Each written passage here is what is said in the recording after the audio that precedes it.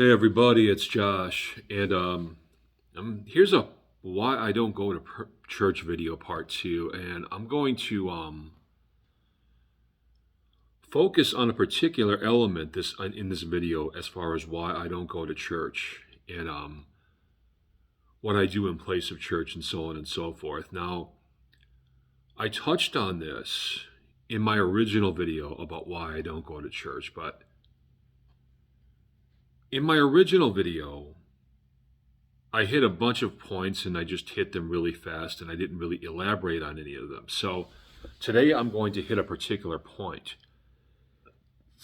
Excuse me. Given that it's Sunday morning, about 9:30 or so, 20 to 10, perfect time to make a church video. Okay, so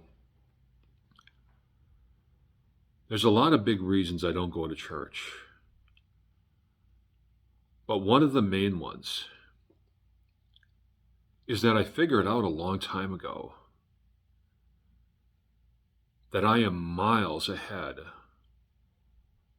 of most pastors and most church leaders in my spirituality.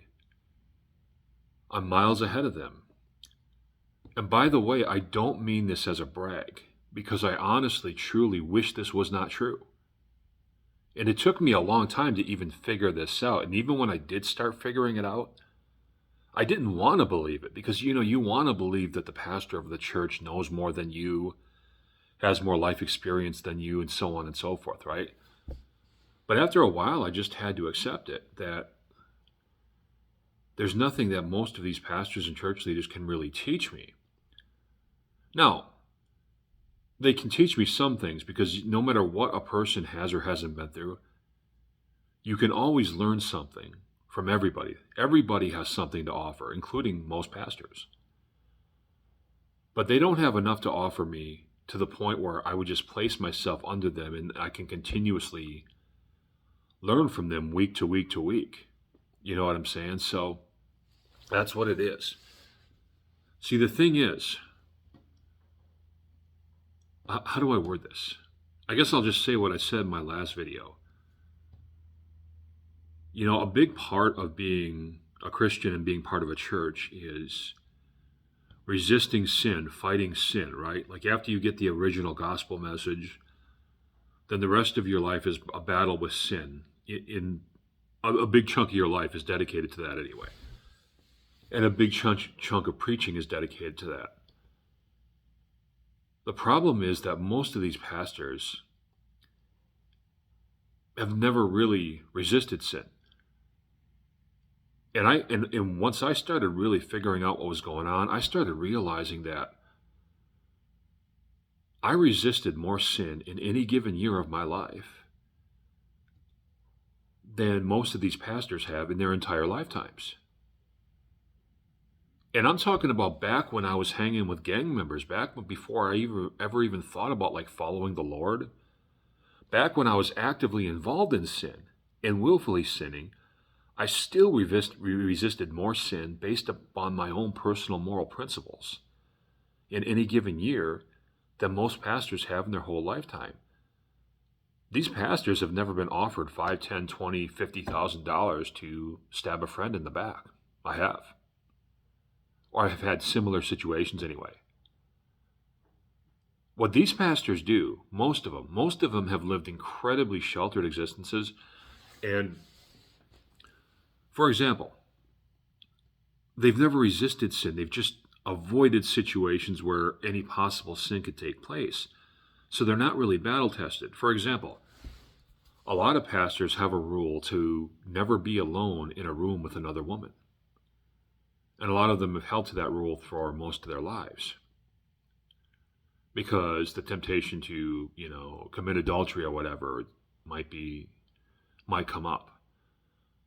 But to me, the thing is, how do you learn to resist sin unless you're in a situation in the first place where sin is even possible to take place? Most of these pastors and church leaders have never truly resisted sin. They've just avoided every possible situation where sin could occur. So they're not really battle tested. Me, I'm battle tested and mother approved. You understand what I'm saying? How do you get over the temptation to cheat on your wife when you're alone in a room with another woman? You don't make a stupid rule like that so that when you do end up alone in a room with another woman, the temptation isn't that strong because you've been alone in rooms with other women before, and now you're desensitized to it, and most of that temptation is gone. You know, that's how you resist sin. You know what I'm saying? Me, I've been alone in a room with my best friend's girlfriends hundreds of times. And, I've resisted any temptation to, sleep with them behind their backs. So now, if I had been like one of these pastors and had made this rule, never be alone in a room with a woman, because what if something like that happens? Then what would happen is I would have never gone through the fire, so to speak. And the minute that I did get alone in a room with a woman, the temptation would be too great because I just had never experienced it before. So you see what I'm saying? That's what these pastors do. They've never really resisted sin. They've just hidden themselves from it so that they don't have to be tested by it.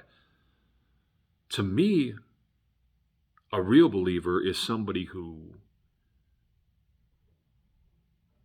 can walk through any given temptation and fire and still come out clean on the other side. And he doesn't always come out clean. Sometimes he gives in to temptation because we're all human. But honestly, I would trust most secular people alone in a room with my girlfriend than I would most pastors, because I know that most of them have never even had the experience of even working with a woman alone or whatever. So, and because they built it up into their minds to be this big thing, the minute that they get in that situation, all kinds of thoughts are going to enter their brains. As to me, I can be alone in a room with any woman. If I know that's somebody's girl, if the girl is pretty, there's some temptation there, but it's nothing that can't be quelled very quickly. But this is what most pastors do. And like they do this with everything. It's not just the woman thing or being alone in a room with a woman. It's name any sin that you can name. Most of these pastors, what they've done their whole lives is just shelter themselves from the world so that they don't get into situations where they're tempted by it, tempted to commit a particular sin. Well, how can you say you've overcome sin when really you're just hiding from sin? You know what I'm saying? So, like, my whole point of this is that for me, who's somebody who's lived a lot of real life, I've lived a lot of straight life, I've committed a lot of sin, I've resisted a lot of sin. Somebody who's never even been in a situation where a major sin is even possible doesn't have a whole lot to offer me in the way of teaching me how to walk and how to live my life. So, like I said, I can go to a church on any given Sunday and probably get something good out of that sermon. But I'm not going to get a whole lot of real, spiritual food from placing myself under any particular pastor and listening to him week after week after week. So that's another reason I don't go to church. It's just I'm already miles ahead of these pastors. And again, that's not a brag. It's just the way it is. So what can they really even, teach me? You know what I'm saying? Now, my advice to young Christian men who are thinking about joining a ministry or joining a church, or who are in a church but they're questioning things, my advice to young men like yourselves is to build your own core of who you are. Build up your own self-esteem. Build up your own sense of self. Whether you do that through daily affirmations, whether you do that through reading, whether you do that through meditation, whatever you do, or some mixture of all three, whatever you do, spend a good year or two building up the core of who you are, figuring out what is and isn't important to you, building your own self-confidence. Because when you build that up and when you solidify that, you have something that no pastor, no church, no human being on earth or group of human beings on earth can take away from you. So if something goes wrong with your church and everybody decides to turn against you, you'll still be hurt. You'll still be somewhat devastated because it sucks to just lose all your friends, right? But you won't be devastated to the point where you can't recover from it because you've got a knowledge of who you are. And for women, I would somewhat say the same thing. Now, for women, it's a little different because women are biologically designed to seek out leadership from other people, specifically men, but like other people in general. And if the people in their lives aren't giving them leadership, they're going to find leadership some other way, whether it's healthy or unhealthy. And a lot of times that leadership comes through a church. But still, women can apply these same principles to a certain extent. So I would say, young Christian women, spend a lot of time figuring out who you are, what's important to you, what your personal value system is. Meditations, daily affirmations, whatever you've got to do, so that you have a solid core for yourself too, so that if something goes wrong with you, you're at least going a direction where you can pick out a leader or a future husband or whatever that is suitable to who you are. You know, don't let the church decide that for you. You need to decide that for yourself. Okay? So, anyway, I went off track there, but yeah, that's my advice to young Christian men, and to some extent, young Christian women. But back to why I don't go to church. That's it. I was already miles ahead of most of these pastors in the avenue of resisting sin and standing on my core values before I ever even thought about following Christ, before I ever even got saved. And now that I am saved, I'm hundreds of miles ahead of them. And again, I want to make this clear. This is not a brag. I really, really wish this wasn't true. Because you want to believe that you can go to a church and be under somebody who's just way ahead of you and that you can just continuously learn from. But in my case, it's just not the case. You know what I mean? I've lived too much life. I've seen too much of, the dark side of humanity. I know what it is to resist real sin on a regular basis. I know all of that.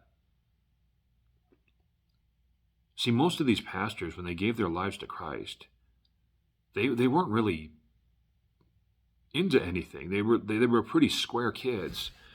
And some Christian came along and preached the gospel to them, so they just kind of went with it because it sounded good to them and it gave them some friends to hang out with, and they didn't have friends before, and so on and so forth. So it was a beautiful experience for them, but they had never really been through anything. They had never been in a situation where, they were making a lot of money and they gave that up to follow Christ, or they had a lot of women in their life and they had to give that up to follow Christ. They didn't have nothing. They were just nerdy kids, really, and some ministry came along and took them in, so they just went with it. You know what I'm saying? So most of these pastors and church leaders, even though they're 45, 50, 55 years old, their brains never really develop past the age of like 14 or 15 because they're just too sheltered. So, and again, I want to keep saying that this is not a knock on them, because I'm not, this video isn't about knocking them. I can knock them in other videos for some of the other stuff they do. I'm just spitting out facts here. You know what I'm saying? So that's one of the many reasons why I don't go to church. And I will leave it at that today. My Cash App's linked down below. Please show your love. I'll talk to you guys soon. I'm also leaving my email if anybody has questions for me. That's all.